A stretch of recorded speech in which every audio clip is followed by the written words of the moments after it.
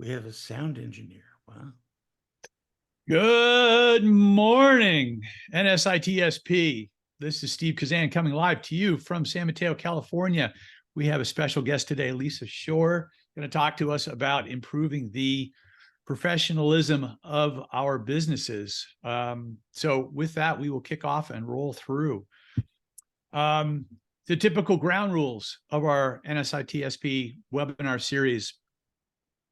Please ask questions, and we use the Q&A, so please fire your questions on the Q&A button, which you'll locate at the bottom, typically the bottom of your screen. And we will respond to those questions as we go. I will be interrupting is not the correct word, but posing those questions to Lisa as we're going through the material. And so please, deliver and comment and ask questions that way.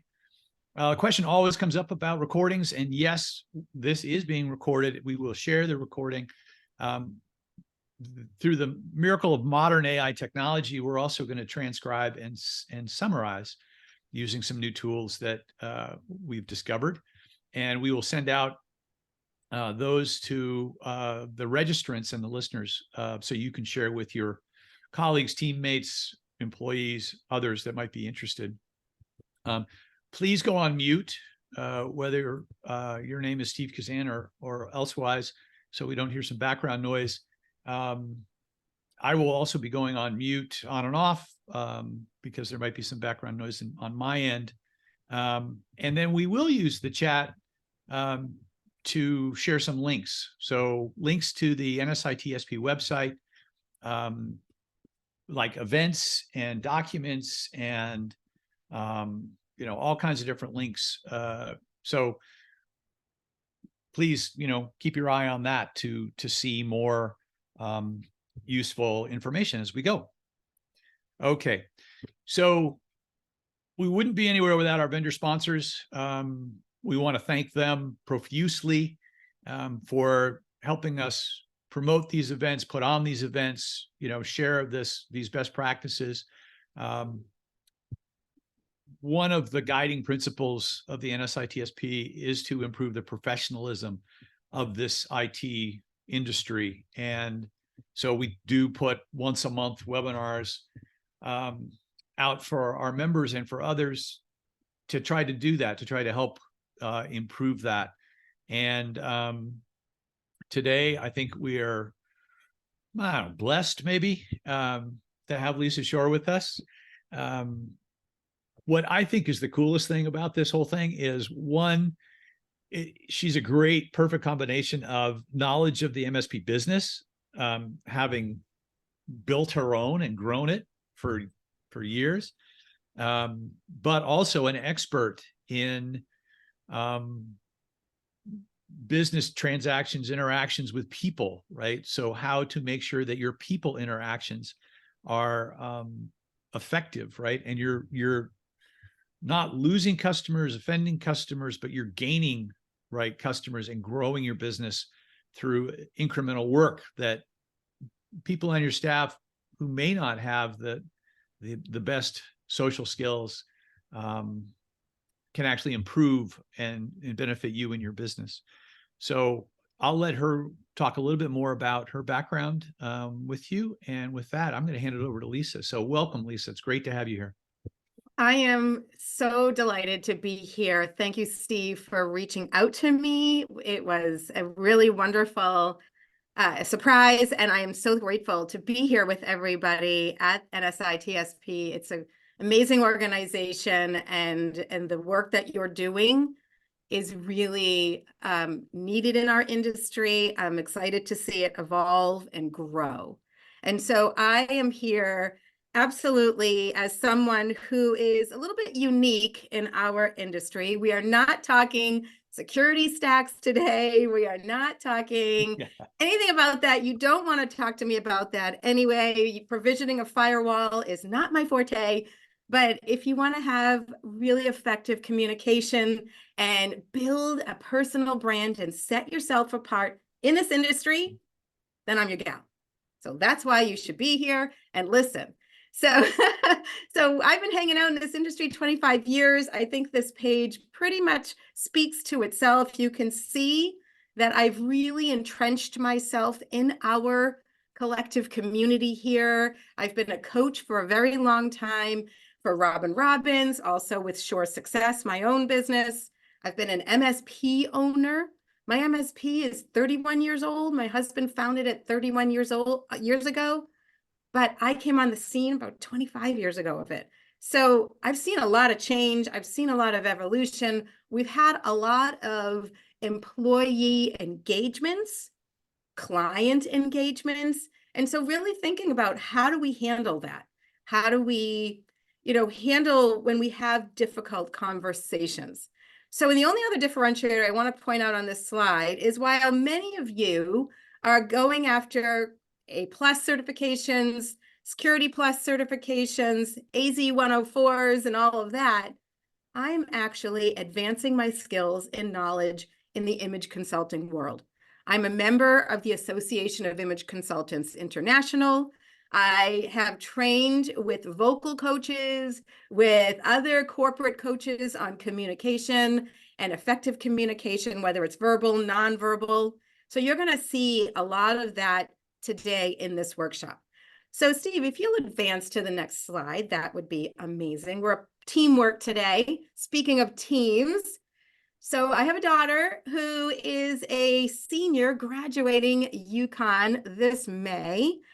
And I thought today, as we're getting ourselves in the mindset of image and communication, and really what are we talking about? It's leadership and leadership skills. I attended the women's basketball game a couple of weeks ago. They played against DePaul and they won. And so, thinking about the women's team and thinking about their coach, Gino Ariema, what makes a winning team? I know in a couple of weeks, we've got Super Bowl, right? We've got UConn's men's team is #1 right now, ranked #1 in the country. So think about what makes a team win, cohesive.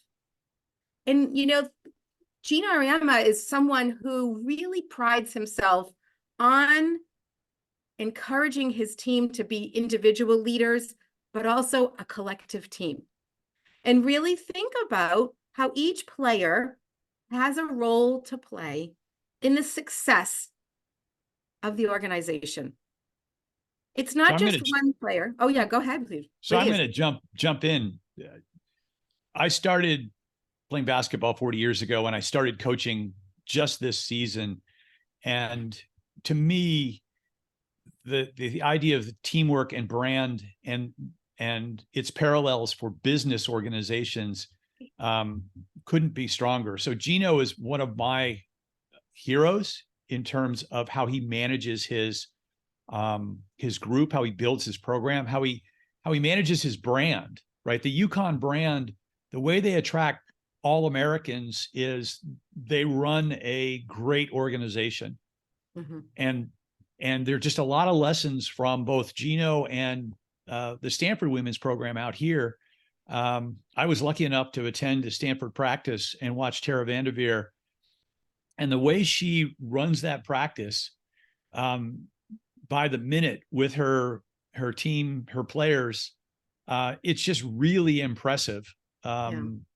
Building the brand, building the teamwork, making sure that every single one of her players is representing themselves, representing the school, representing the program to everyone, outside of their particular team. So it's a great analogy, and I think it works really well for what we're doing today. So think about this, everybody. Use this idea as we're going forward, and now we're going to apply it to the IT business. But you know what? There was a time when my own IT company didn't actually act like a great team. And so this was about 2012, 2013 time frame, and we got fired. So think about a time when you got fired, when a client said, it's time to part ways. think back and think about why, if you did an exit interview with that client and they shared, not everyone does an exit interview, but why? So for us, we were fired because of our phone skills, not about our technical abilities, but it was about our phone skills. And we made our client feel not okay, not like a VIP. They said, every time I call, you act as if you have no idea who I am. And we're like, every time I call, our phone skills are the reason we're being let go? So we realized at that moment, and truly this is the moment when I became an image consultant. I shifted from being the marketer of the company and the brand builder of the company, to really becoming an image consultant and thinking about the entire organization as a whole and how we were communicating. So because getting fired was just a punch in the stomach, like I couldn't believe it. So next slide, please. So we asked this critical question. And the question was, why do clients hire us? So if any of you are taking notes out there, please write this question on a Post-it note. Not a password, but this question. And I want this question to be present for you in your interactions. Because once we use this question, we started asking this question, our mindset shifted from being focused just on the technical side of our business. We had amazing engineers. But then we started really delving deeper into understanding our engineers and understanding that, hey, perception was not what we wanted. So if you could shift over to the next slide, let's show an image. I have 2 images I want to show you. Put in the chat, please. The first image, what's your perception? So if you put it in the chat, that would be, I'd love to hear what your thoughts are. What's your perception? Unprofessional. Yes. Yes. Unprofessional. What about, now let me take that one step further, Larry, and disorganized. Absolutely. So let's go one step further. What do you perceive deeper as the technicians of the company? You leave a project this way. What's your perception? Status quo when onboarding a client? Absolutely. Sloppy, untrained. Don't care. You see how quickly, don't care. Look how quickly all of you answered my question. No one is right. No one is wrong, right? Everybody has their opinion. That's how quickly our clients are making value judgments upon us. That's how quickly our clients are determining, before they really know us, who we are and the quality of our work. So after is not. Before is wrong, after is not. Well, look at the after. That's how we cleaned up the project, Larry. So the before is what we stepped into when the client hired us. The after is when we cleaned it. We want that perception to show that we care about the details, we care about organization, we care about the office environment of the client. So perception matters, and perception management is what we used as our foundation when we really did a stance and turned our company around to become not just technically focused, which is critical. I'm not discounting that. But why do clients really hire us? Why do they fire us? Oftentimes it's because that lack of trust is broken. That trust, that feeling, that emotion. So if we could shift to the next slide, I created what's called my brand method. So this is the foundation of every single aspect that we looked at my MSP that truly builds a personal brand which then begets a sought after corporate brand. The humans inside of our company are our greatest asset. Everybody from the owner to all the engineers, no matter their level, to all of the admin staff, account managers, sales reps, all of us have a say in how that client interaction is going to go. So please write this word down, the word brand, and let's think about our behavior. So I'm asking everybody here to first of all, we're having a discussion about image and branding. And so I might hit a few heartstrings because we have different perceptions. We have different emotions about it. So I want everybody to just be here and be open-minded. And you decide what areas do you want to focus on first in your own IT business. Maybe you're excelling in your behavior, but then there's also respect. Maybe you feel like some of your engineers could maybe provide and show a little bit better respect. Maybe appearance is a matter. Maybe networking. And how about dynamic dialogue? What we say, and more importantly, our tone of voice, how we say it.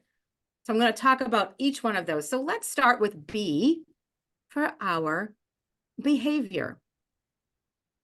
So there's a couple of areas that we fundamentally thought about. And so when we think about our behavior, absolutely, it includes showing up on time, and it includes different time management skills and all of that. But what I want everybody to think about today is our emotional intelligence. And Larry, I see your chat there. Is your purpose?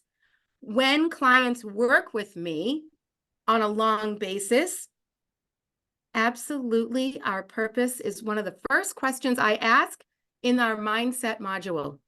So absolutely. For this workshop, let's talk a little bit about emotional intelligence. And in the chat, since everyone's so active, I love it. Have you heard of emotional intelligence? Just say yes or no. Yes. Awesome. Yes, yes, yes. Oh, good. All yeses. So in an IT company, we are faced with consistent, difficult conversations. Consistent. Clients don't understand technology. Clients they want their ticket solved immediately. Employees have needs. So when we think about emotional intelligence, we want to think about and when my company started thinking about how we were responding to clients to make them feel important, to make them feel like a VIP, we first understood the power of emotional intelligence. And that absolutely incorporates empathy and sympathy and how we communicated. So first we had to think about our emotions, gave ourselves time to churn and time to think. Know how you feel, that's totally great. But before we responded, we formulated a response. We had to think about how were we responding? What were we saying? So that when we delivered our message, it was demonstrating validation. It was demonstrating understanding. It doesn't mean you always say what the client wants to hear. Oftentimes it's what the client needs to hear, but delivered in a confident way, delivered in a tone that says, I get you. I know you've got struggles, but let's have a conversation about it. Let's talk about options. So emotional intelligence is our ability to manage our emotions during our conversation and then deliver a message so that we are mutually responsive to each other, validating each other. Okay, so the next area that we looked at, so Steve, if you'll shift along, was we were thinking about being present. Were we actually present for our team, right? Thinking back to UConn, Steve, were we actually being present? You know, you have to be present for your team members. If you're passing a ball, if you're, whatever strategies you're coming up with, we need to be present. This looks like my kids at the dinner table. Yes, yes, right? And maybe we can be culprits too every now and again. I think a lot of us are really addicted to our phones. But when we're here in the office, in the workplace, are we present? How does the woman in the center who's trying to talk about the project, how do they feel? How do If they that was your feel? client, how would they feel? Right? If that was your client, yeah, Carl, absolutely. You want to turn off any kind of distractions, shut down that email. Think about it when you're delivering a cybersecurity webinar or teaching a class. I know, Carl, you teach lots of classes. And if your students aren't listening, how does that make you feel? You're being present, but are they? You've spent all this time preparing. You've spent all this time putting together content that we need in our industry. Absolutely. So thinking about ways in your MSP, are you being present? Observe what's going on in your company and establish some ground rules of when technology is warranted in a meeting and when not. Okay, so the next conversation we had in my MSP that became my brand method is about respect. So, too often, one of the things that we didn't pay attention to was really respecting. Not that we didn't care about our client's brand. It's not that we didn't care about customer service, because you can provide customer service by answering phones, by obviously closing tickets, sure.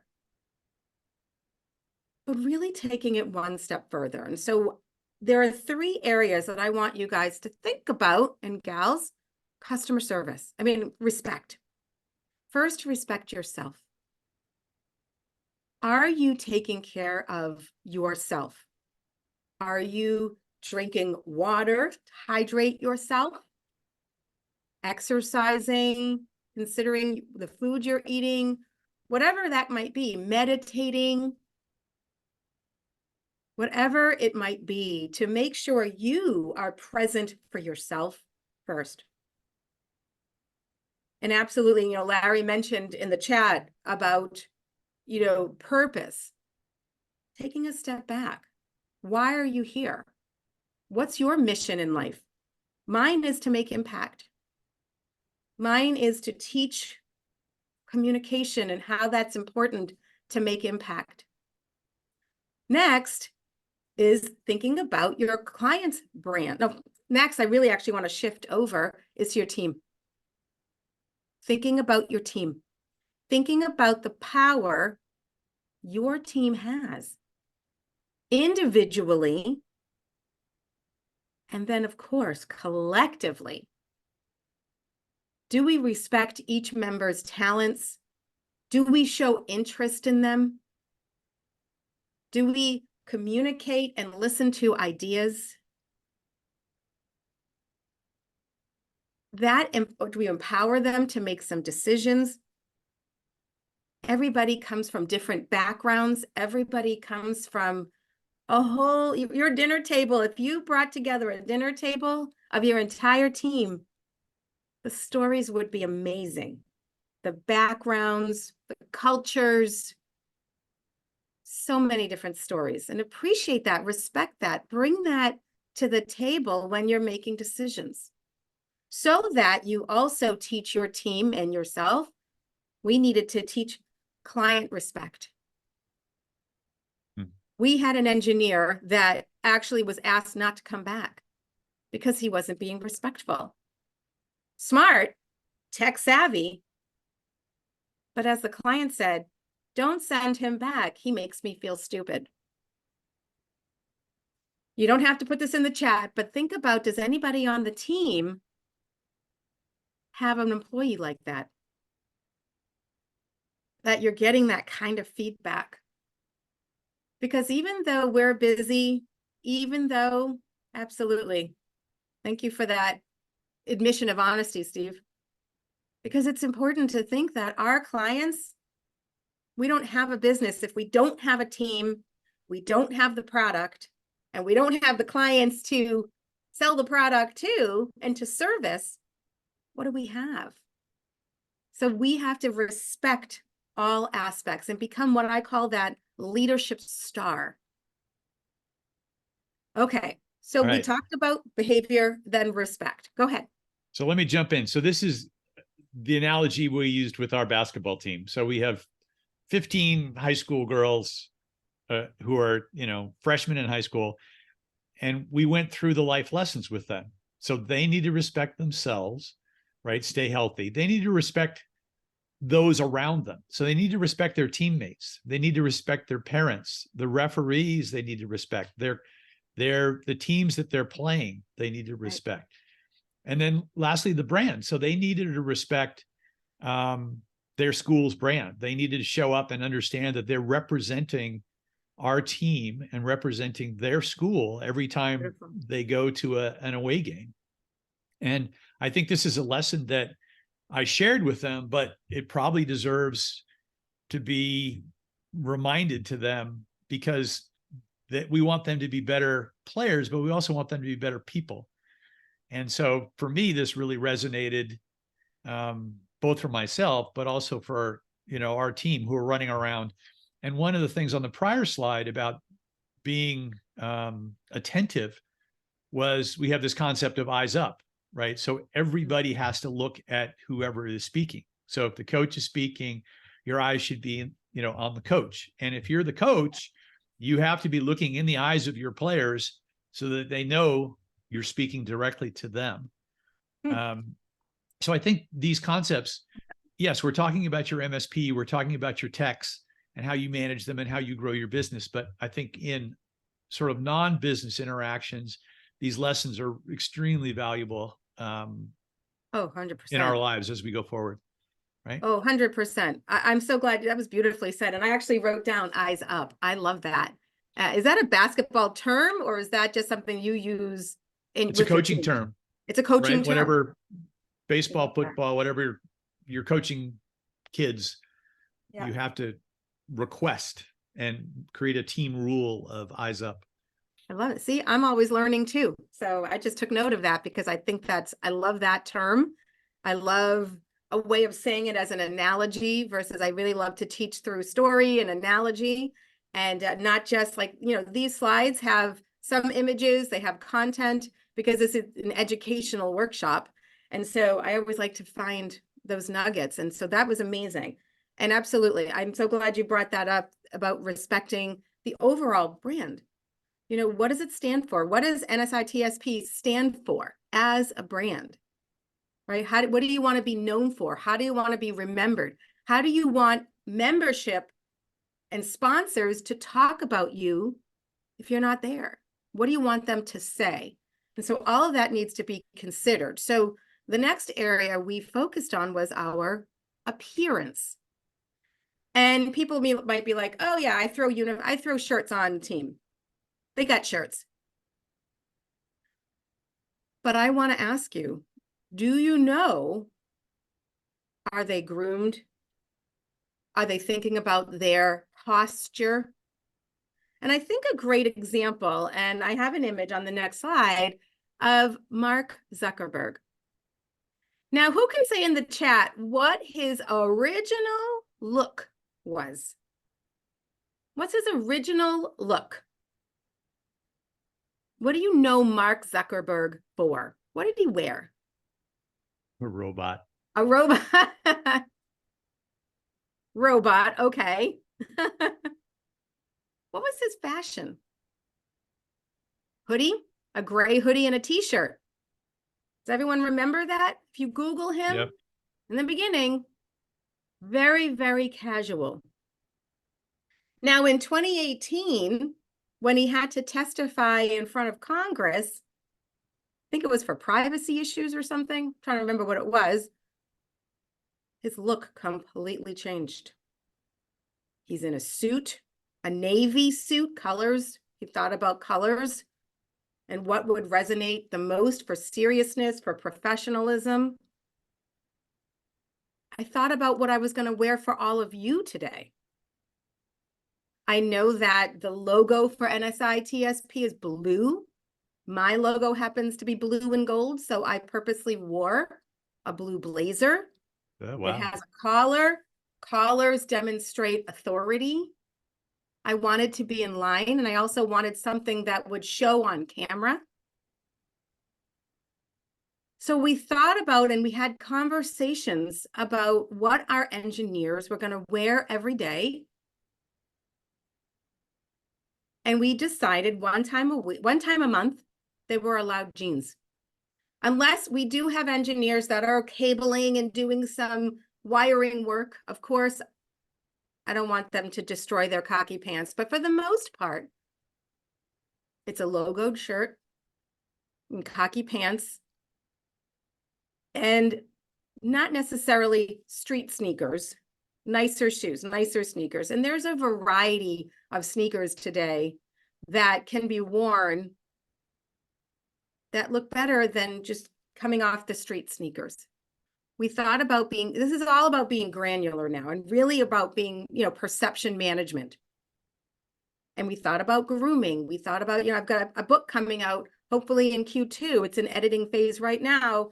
And I actually say what should be in a grooming kit. What should be in your kit? What you should wear for a speaking engagement versus an employee meeting. There are different outfits that create different perceptions.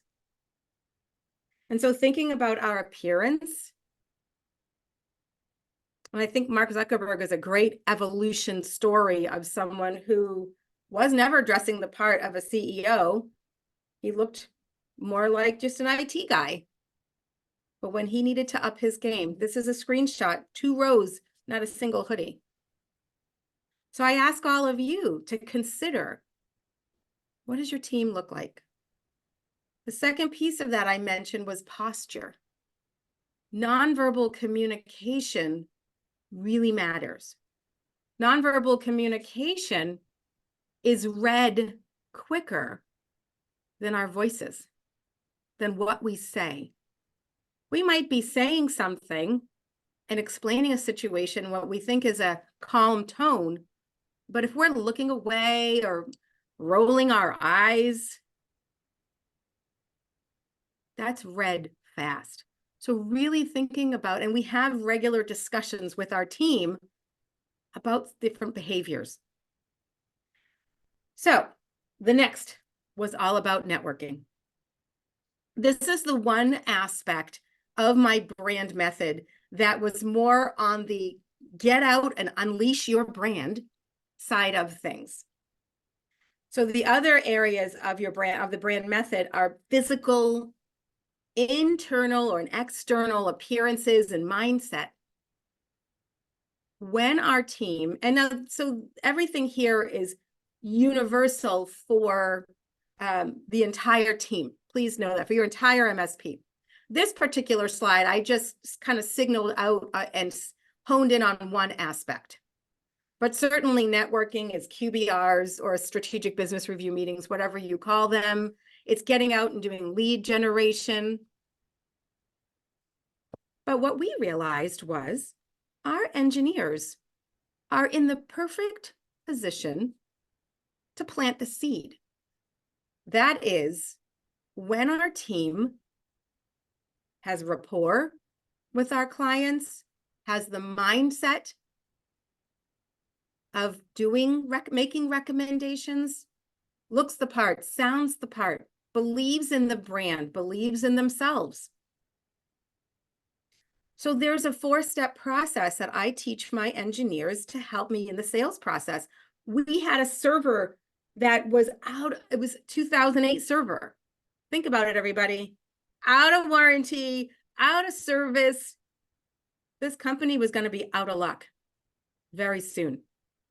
So we needed to figure out a way to get And they weren't listening to my husband, Eric, who was our primary salesperson.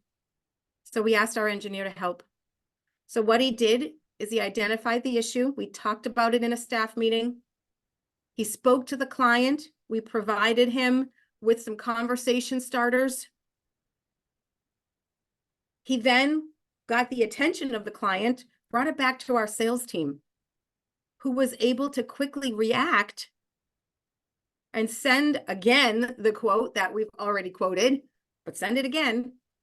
And thankfully, the client signed it, and the engineer got to actually deploy the results because he was one of our senior engineers that worked on individually on projects like this. But it doesn't work if our team isn't in line and in alignment with our brand. So thinking about networking and thinking about all the opportunities that you've pitched to clients, but then they see an engineer and they don't have any pressure from the engineer. It's their day-to-day go-to. They're relieved when the engineer comes. You're going to save my day. You're my hero. So engaging them in planting seeds and really having them make recommendations. It doesn't work 100% of the time, of course, but what an opportunity to have an amazing discussion and see about getting them support and maybe nudging it over the edge, getting that sale closed when there is that rapport and that respect. So the last piece we thought about that we really took stock in, I mentioned to you in the beginning that we were fired thanks to our phone skills, our poor phone skills. That was really the first foray. Once my mindset changed, I was like, okay, what were we saying? How were we saying it? I listened back to many of our calls. I wasn't taking stock in it. There are many aspects of our voice. And if you notice, as I'm presenting to you today, I have used my voice. I've spoken high. I've spoken serious. I've spoken with some pauses. I'm varying my voice. I've given you instructions. I have asked you to put stuff in the chat. I'm engaging with Steve in a conversation. So let's think about our phone skills. Let's think about some areas specifically for the phones, because that really is a critical component to the success of our IT service industry. And how are we setting ourselves apart from the competition? We all offer the same products and services. And I'm very grateful for our vendors and sponsors today. But how do we set ourselves apart so that we actually can sell more of our sponsors' products and services? How do we engage and create that client loyalty? Being present is critical. Being intentional is equally critical. So Lisa, one quick question on this phone skills. So if one of the audience today is interacting with their clients, yes, on the phone and making the client feel important by being really good on the phone, but they're also communicating using text and they're also communicating using email, right? So aren't all communications mediums critical to the overall value that the client is feeling? 1,000,000%. 1,000,000, and everything that we do, every communication, it needs to be intentional and it needs to be warm. It needs to be engaging. It needs to be friendly. It needs to be validating. I keep using that word, validating and understood. When a client doesn't feel like, my client kills me every time I talk about it, but didn't feel important, didn't feel like we got to know them. They didn't feel sincere. What a great word. Yes. They were just another number. And I don't want us to be considered, the dishwasher repair person.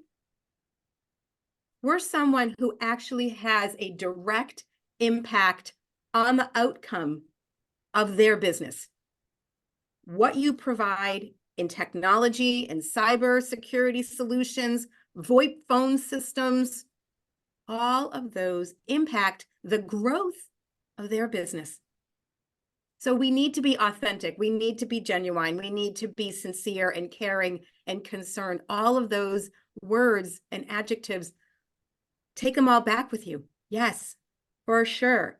I want to make a point to a couple of things in here is that when we are answering phones, literally answer your phone with a smile. It's very hard to speak down and in monotone or frustrated if we're not smiling. So when we smile, our voices and our whole demeanor naturally lift.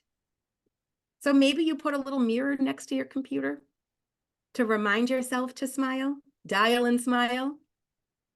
And then the next huge tip is really saying their name. When I listened back to the call from my dispatcher, one of the calls, not the specific one, just to that car dealership that fired us, but one of the calls, she said, "What was your name again?" And I was like, oh my gosh, that's the first thing we write down. Write it down, write it down. Say it again, say it again. Our names are like are pretty much the first thing we learn about ourselves individually. So we hold dear when we hear our names. And it's precious and special to us. And it's an instant relationship builder. So look at the different aspects on this slide and think, am I smiling and dialing? Is my team, and this isn't just engineers. This was my dispatcher. But how about someone who's calling about your accounts payable or receivable? You're calling about a collection. You're calling about an invoice. You can call and bark, or you can call, hey, what's going on? You usually pay in a timely manner. How can we help? Is there something I can help you with? You have an outstanding balance. Can we talk about that? So thinking about different aspects about that. And that's really a foundation. So what do you need to do? What can you take away from today? So that would be the next slide, please. So how do you begin? First, I want everybody here, my request is to expand our mindset. I want you to think about how I can expand and make my brand, my own MSP brand, shine brighter. What areas can I be more aware of? I gave you 5 areas today to be more aware of. How can I be more intentional with myself? We're not good to anybody if we're not good to ourselves. Then I want you to schedule a staff meeting discussion. Introduce what I talked about today. You can do one staff meeting discussion and introduce the whole brand method. Or maybe you have 5 different staff meetings. I just gave you fodder for 5 staff meetings, 5 opportunities to connect and interact with your team. Instead of saying, oh my God, soft skills, I have no idea where to begin with this. I've just given you 5 topics to discuss. And last but not least is listen to how you and your team are answering your phones. I don't want my mistake to be yours. I would prefer you just to learn from my mistakes. We got lots of them. I became an image consultant once I figured out that these mistakes could be fixed. And I know I saw in the chat somewhere that, you had employees that you didn't keep because they didn't fit and align with your brand. They didn't align with your corporate core values or your personal core values. Mm-hmm. But I truly believe that if people are in the right place and have an open and growth mindset, then everybody has an opportunity to become a leader in an MSP. Yeah. I truly do. So that's just a perfect summary for the whole topic of excellence in your business. And I think Gloria talks about it in one of her comments about it's not just the technology, it's how you treat people inside and outside your business. And everybody wants to get better, continually better. So I think the question is, you talked about 5 ideas and 5 meetings that you could have, but do you think that this also could be a weekly, tip of the week or activity of the week, so that there's constant improvement with your team and your staff? Pretty much every week they're thinking about a different topic, about how to get better and be better employees, better teammates, better people. Absolutely. So I can just give you guys an idea of our weekly. So every single morning, 9 a.m., we meet. My whole entire team, there's 22 of us. We all, I mean, now I definitely have people out sick, and I definitely have people who have to be deployed on site. I totally get that. But on Mondays, it's just a recap of the weekend. What happened on Monday? And then at the end, we say, okay, does anybody have a question on a ticket, or do you need help with anything? But it's 15 minutes.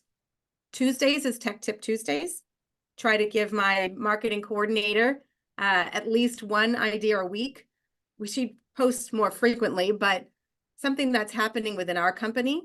So Tech Tip Tuesdays. Wednesdays is Wednesday Wisdom. My quote today was all about integrity. Again, 15 minutes. Thursdays is Think About It Thursdays. And it could be thinking about a project we're working on. It could be thinking about a topic that we're doing. A topic about phone skills. It could, whatever it could be. And then Fridays is 1 hour where everybody gets to share a highlight from the week. So by doing these staff meetings, this is also on those Fridays, by the way, it's my time to be able to provide any professional development with my team. So a couple of weeks ago, I delivered on was it January 19th, whatever that Friday was, on goal setting. And I talked to my whole team about setting goals. If you guys want to see that workshop that I actually delivered a goal setting webinar, it's on my YouTube channel, so please subscribe. I'm trying to build up my subscribers this year. So if you want to watch my goal setting webinar, head on over there. But I did a version of it for my team. Okay. It creates collaboration, Steve. It creates an ability to get people to speak off the cuff. It gets people comfortable being on camera. So there's a lot of benefits to being, having regular meetings. I just gave 5 ideas today, but there is an abundance of ideas for sure. Okay. So we will share that YouTube channel so that everybody on this call can sign up and start following your YouTube posts. I want to encourage everybody. The chat is open. The Q&A is open. If you've got any questions, we've got about 9 minutes left. And I think we have a great opportunity to ask Lisa some questions about her process, her philosophy. We're really talking about culture, right? You have created a culture for your particular business, and you're sharing the lessons of that culture with others so that they can build that culture in their business and improve their business by having the right culture. Seems like, culture eats strategy for lunch, they say in business school, right? If you have the right culture, if your people have the right core values, then they'll make the right decisions, and you can trust them and delegate to them, and they'll be successful and you'll be successful. So, it sounds like it's a broader topic. Maybe a topic for the next webinar, how to drive the culture. Yeah. All right. Any questions, put them down. I have a couple of questions here. Metrics. So we've talked a lot about soft skills. Is there any way to measure the effectiveness of these changes that you're promoting? So there are, even though soft skills are the intangible products and services we offer, right? It's who we are, but how do we measure that? Number one, we measure it by churn, right? Client leaving, client staying, longevity of clients. But churn really hurts a business. It happens for all of us. All of us have churn. It's a natural part of doing business. But the goal is to decrease that churn and enhance and increase client loyalty. We want those contracts signed and re-signed. Another one could be CSAT scores. So how And- do you measure customer satisfaction for a managed service provider? Do you have a tool that you use, or is there a process? So I am now, and I don't know if they're a sponsor here or not, but I'm actually, what I've been doing up until now is I've done a survey through Autotask. So there's a module, there's a piece in Autotask. So our PSA is Autotask, and we send out, and we have a rule that sends out surveys to close tickets, and there's parameters to it. I can't really explain all of the details of it, not that technical with it. But anyway, we were using that. And so we were measuring client satisfaction that way. We just started, actually, we're on meeting number 3 to implement CrewWho, so that we can have client satisfaction internally and cheer each other on, as well as they have a module where you can also bring in Google reviews. So we are CrewWho. That's the name of the CrewWho, product. CrewWhu. Yep. So we're just now implementing it, and I can't speak to it yet, but maybe the next time we're together, I can share more of our experience. But CSAT scores and survey scores, you know, when you're in a QBR, one of the questions on your list should be, how are we doing as a company? Yeah. How's our always. service? We're always looking to improve. Give me some feedback. I'm open. All right. So I got a tough question for you, Lisa. From one of the audience members, how do you remind yourself to follow these guidelines and rules, right? What do you put a string around your finger? Do you have a Post-it note on your desk? Do you have a sign on the wall? How do you keep tabs on yourself so you do a better Great job? question. Well, Great question. I love Love this that question. And I have 2 different answers. Number 1, I never again want to be fired for our phone skills. That was, let's see. So how much revenue did I actually lose from that client? When you add it up, it was at the time, $10,000 a year. We missed an opportunity to service and to sell. They expanded the dealership to a whole second dealership. We lost out on all of that. We lost out on referrals. We had to take down the testimonial. Think about the cost that I lost. So number 1, as an owner of my MSP, I thought about revenue. I don't want to do that anymore. Number 2, there's a lot of competition. There are tons of MSPs popping up everywhere. How do you set yourself apart? I want to be, when you start going up against your competitors everywhere you go, I had to find ways to set ourselves apart. So thinking about that, and then really thinking about, I asked you to put on a Post-it note, why do clients hire us? And once you start acting upon this and start incorporating it into your staff meeting discussions, it becomes, I don't want to use the word habit, but it becomes part of your culture. It really becomes part of who you are as an owner. As first tech-minded, so my mission is to create a paradigm shift from thinking only tech skills are all we need to build our MSPs to knowing it's the soft skills and interpersonal skills that build those trusting relationships and that really make an impact. It makes an impact of being hired or fired. So I want to leave with that because I really want you to think, why do clients hire us? What was your churn rate last year?